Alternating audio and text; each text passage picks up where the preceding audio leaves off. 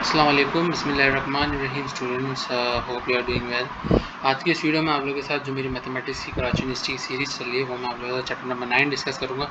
अच्छा स्टूडेंट्स, आप लोगों से मैं एक और बात शेयर करना चाहूँगा। जो मेरी लास्ट वीडियो थी जिसके अंदर मैंने चैप्टर 8 और चैप्टर 6 डिस्कस किया है, चैप्टर 7 प्रोबेबिलिटी वाला मैंने स्किप कर दिया था, तो उसमें से एक मिस्टेक ये हो गई है। मैंने आप लोगों को जो चैप्टर 8 के आंसर्स बताए थे वो मैंने गलती से जो है चैप्टर 7 के आंसर्स बता दिए। तो चैप्टर 8 की जो मेरे पास आंसर की है वो मैं जो है इस वीडियो के शुरू में शेयर कर दूंगा, ताकि आप लोग जो है अपने आंसर्स को सही कर लें। तकरीबन मेरे ख्याल से 20 के बाद से जो है वो ऊपर नीचे पेज हो गया था, तो वो मैंने देखा नहीं। ठीक है, तो इसकी मैं चैप्टर नंबर 8 की मैं अभी आंसर शीट इस वीडियो के शुरू में पहले मैं देख लूँगा, सही है। या तो इसके एंड में कर दूंगा, आप लोग उसमें देख लीजिएगा, उसको लाजमी अपने आंसर स्टडी कर लीजिएगा। ठीक है, तो चैप्टर नंबर 9 है वहाँ पर फंडामेंटल ट्रिग्नोमेट्री के, ट्रिग्नोमेट्री की कौन को क्या होती हैं उसके हम एमसीक्यू वगैरह डिस्कस करेंगे।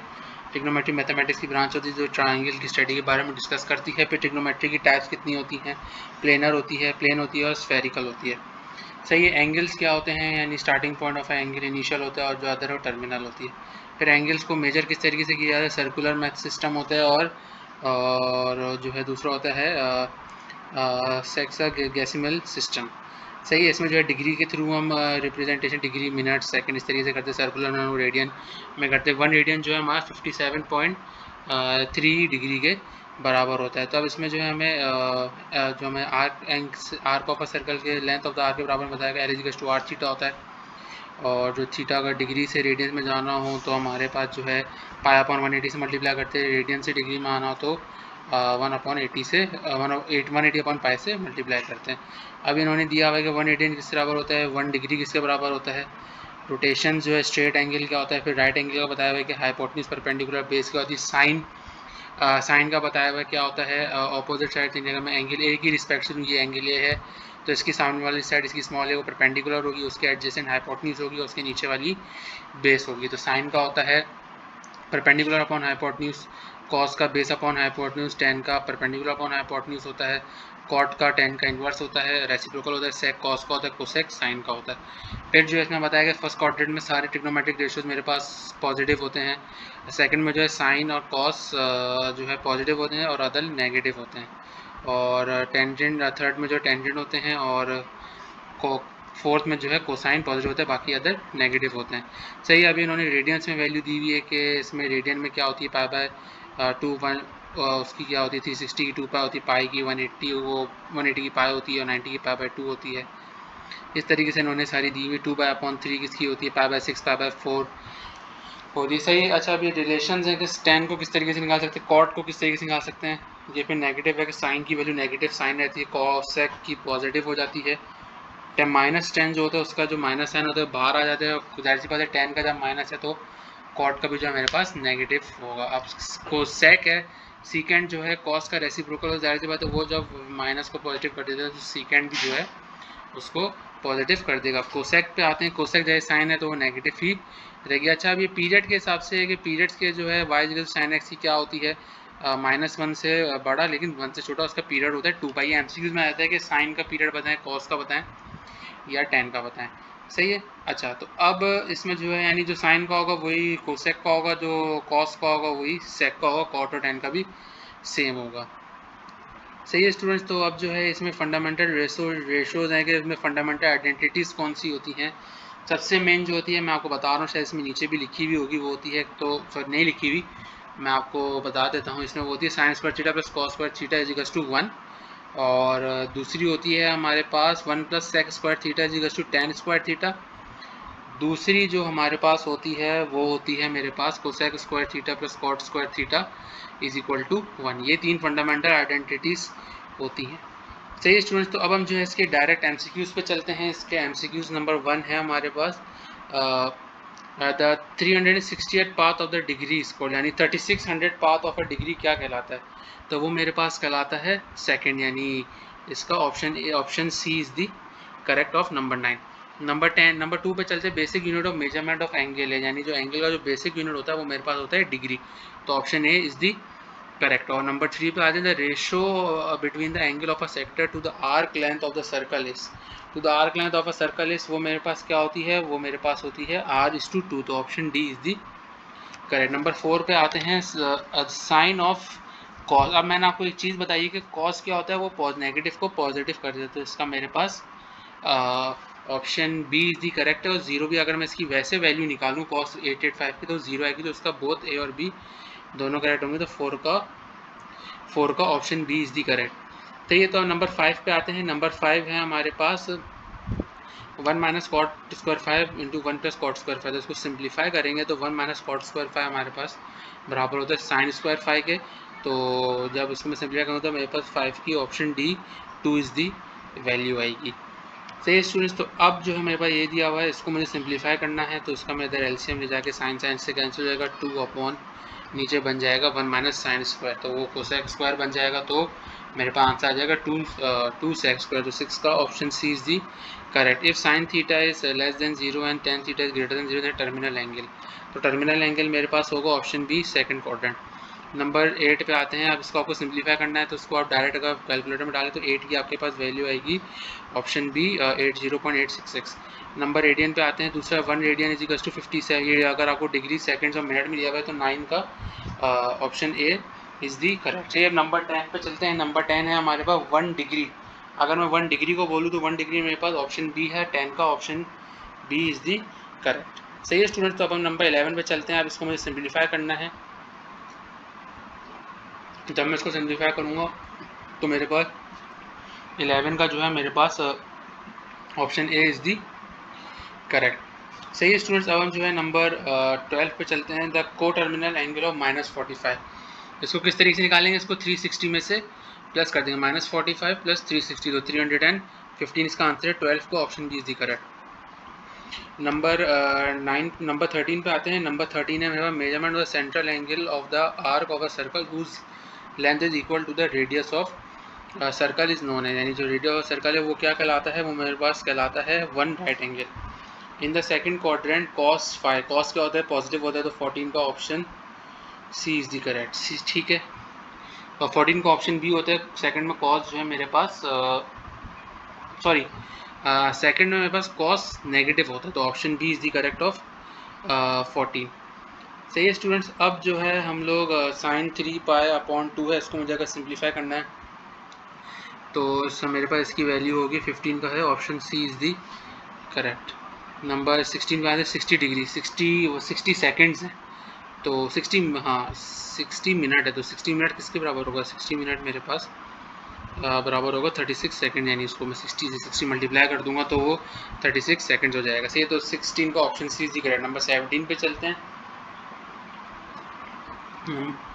नंबर 17 है through how many radians does a minute hand clock turn in 20 minutes.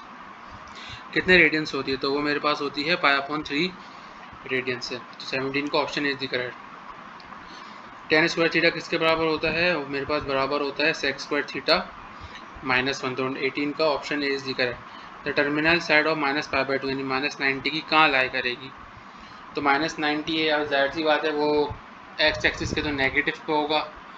तो ये मेरे पास इसका जो अगर मैं निकालूँ तो मेरे पास ओ एक्स डेक्स पे होगा। ऑप्शन बी 0 है। 20 पे आते हैं। When theta is equals to π/3 and r is equals to 6 centimetre. तो क्या निकालेंगे, L is equals to r theta से निकालेंगे तो मेरे पास इसका आंसर आ जाएगा option B is the correct answer. 21 पे चलते हैं। The radian measure of a angle at the centre of a circle of radius 8 centimetre cut off the arc at 216 centimetre long. तो इसका रेडियन निकालना है। तो इसका रेडियन मेरे पास आएगा ऑप्शन बी 16.92 रेडियन। 22 पे चलते हैं। The arc of a the length of the arc skirts of a circle of radius 11 cm by central angle of 6 radian. तो इसको किस तरीके से करेंगे, सेंट्रल एंगल 6 है और इसका कट ऑफ रेडियस है वो 11 है। तो इसकी मेरे पास जो फाइनल वैल्यू आएगी वो इसकी आएगी मेरे पास ऑप्शन बी 66 सेंटीमीटर। दोनों को आपस में मल्टीप्लाई कर देंगे 66 पाई सेंटीमीटर। नंबर 23 पे चलते हैं। The area of a sector with an angle 3.5 radian है circular region whose radius 8 centimetre. तो इसमें L is equals to R theta लगेगा। इसमें रेडियन भी दिया हुआ है और रेडियस भी दिया हुआ है। तो 23 का option C is the correct answer 14 metre square.